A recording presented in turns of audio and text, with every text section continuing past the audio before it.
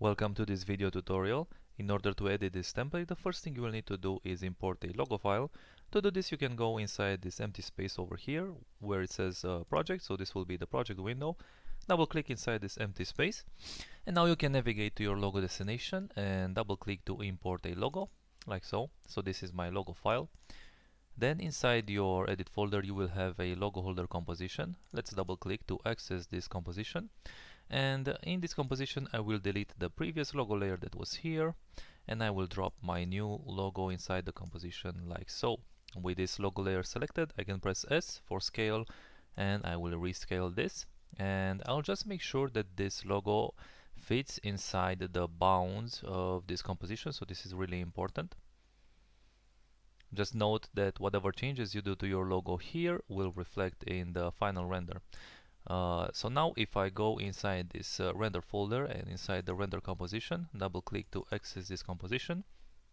Now we can see how our logo will look in the final result, and you can preview some frames. So let's say I'm satisfied with the logo placement, and let's take a look at some of the color options. And inside this render composition, if you selected this settings layer and go up here where it says effect controls and press F3 on your keyboard if you don't have this window, or you can open it from your window right over here where it says, let's see, effect controls. Alright, so this is the window. Let's take a look at the settings now, and I'll select a frame here in the beginning, and we can change the background color. Note that this color is rather dark and kind of a neutral tone, and for the background I recommend that you use a darker tone, and I can either change the color itself, and you can see it reflected here, or I can increase the saturation and the lightness. So depending on what kind of look you're going for, you might have to darken or brighten up the tone that you're using, or desaturate or saturate your colors. So play around with the color and experiment, and then we can change the background particles, and you can see that this is almost entirely black. So for my taste, I wanted the particles in the background to be really subtle, but you don't have to go with that option. You can choose to have like really bright particles. And then for the diamond itself, you can change the color, of course.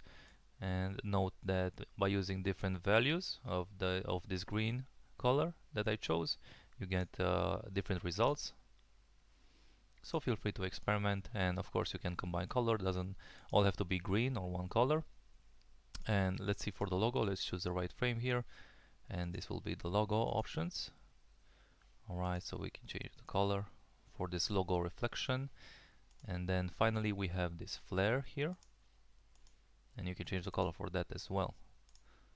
Alright, so after you've made all of your changes, you can go to composition, go to pre-render, and inside custom AV you can select your format.